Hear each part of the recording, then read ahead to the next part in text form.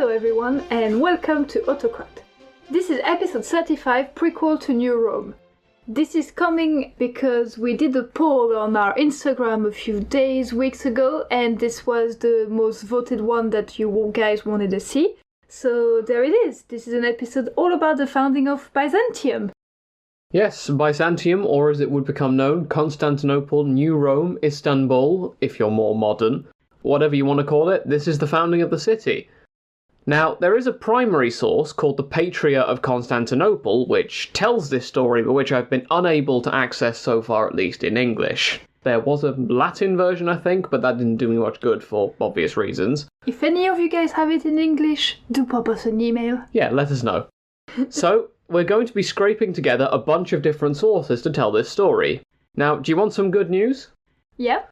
Well, none of them seem to agree on anything. But that's bad news! It's good news. We'll find a way through it. As we said, the title is Prequel to New Rome. This is because Byzantium is the original city on the site of what would later become Constantinople. Constantine the Great essentially refounds the city as a New Rome, or Constantinople, in the 4th century. He basically rebuilt the wall of the original city and expanded it, naming the expanded site Constantinople.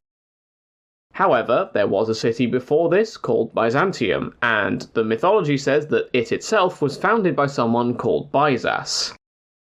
His ancestry is all over the place, as with a lot of people in Greek mythology, but for our purposes today, I'm going to say that Byzas is the son of Poseidon and someone called Keroessa. This Keroessa was the daughter of Zeus and Io. Apparently, the fact that the myth of Io was linked to Byzas made it probable that people from Argos settled in Byzantium, so I think the Argives are Io's people group. If people from Argos did come over to Byzantium, it makes sense that they would want to connect their mythologies together, is how I read that. Intriguingly, I think one of my texts makes a distinction between the mythical Byzas and the Byzas who founded Byzantium, so maybe there's two individuals with the same name, but I'm going to keep it as one because that's far too confusing otherwise. Sure. Now, the dates for when the city was founded is all over the shop. Right. Like, it's all over the place. Yeah. To begin with, Timothy Venning's chronology of Byzantium lists the founding as happening in 667 BCE. Okay. The Chronicle of Michael the Syrian, which is a primary source, says that there were 970 or 979 years between the two founding events. Okay. Given that Venning lists the founding of Constantinople as happening in November of 324 CE, we're looking at a date of 646 or 655 BCE, according to Michael the Syrian. Okay, that's already quite a big difference. It is. A modern biography of Constantine places it in about 660 BCE, which the Oxford Dictionary of Byzantium agrees with. However, there is a final source from 1867, and this is a dictionary of Greek and Roman biography and mythology edited by a man called William Smith. This source places the founding as happening in 658 BCE. So between the largest and smallest number, we've got a range of about 21 years. Okay, wow, that's almost an entire generation. Now, which one do you prefer? Well, most sources seem to agree on about 660 BCE, so that would probably be what I'd go with, but what about you? You got any particular favourites from that whole list? I would say we take the youngest date and the oldest date and we put it right in the middle. Ooh, I like that. I don't know which one that would make it, but... I didn't have this in my notes. Let's do some quick maths, shall we? Okay, so we know it's 21 years, so we need 10.5 years older than the youngest one. So where's the oldest one? We've got 667, 646. Bear with us, guys. I think 667 is the biggest number, so go back 10 years, so about 656 or 7 BCE. So basically what you said as well, give or take a year or two. Yeah, we're taking an incredibly long time to get to the point of no one knows, we're arbitrarily going to pick a number. Exactly. Let's say 656 and move on from there. Yeah, I'll say 655 because that's more satisfying. Alright. Well, with that said, let's get to the actual founding, shall we? Yes. The king of Megara, someone called Nissos, sent Byzas to Delphi, so where Apollo's oracle is, to ask where to set up colonies, as this was the age of the Greek cities setting up towns elsewhere. By the way, I don't know if you know this, but A little fun fact from something that I didn't read for today but elsewhere, one of these colonies is called Massilia in southern France, nowadays known as Marseille. Oh, very nice. Yep, Greek colony. The Oracle of Delphi told Byzas to travel to an area opposing the region of blind people. Might sound very vague, but we've seen before that oracles don't like giving straight answers. They really don't. So Byzas set off and eventually arrived in the Sea of Marmara. I don't know how, given that he doesn't know where he's going. Is he just wandering around hoping to find a town full of blind people? Maybe. Maybe. It eventually occurred to him that Chalcedon in Anatolia was this blind city that the oracle referred to.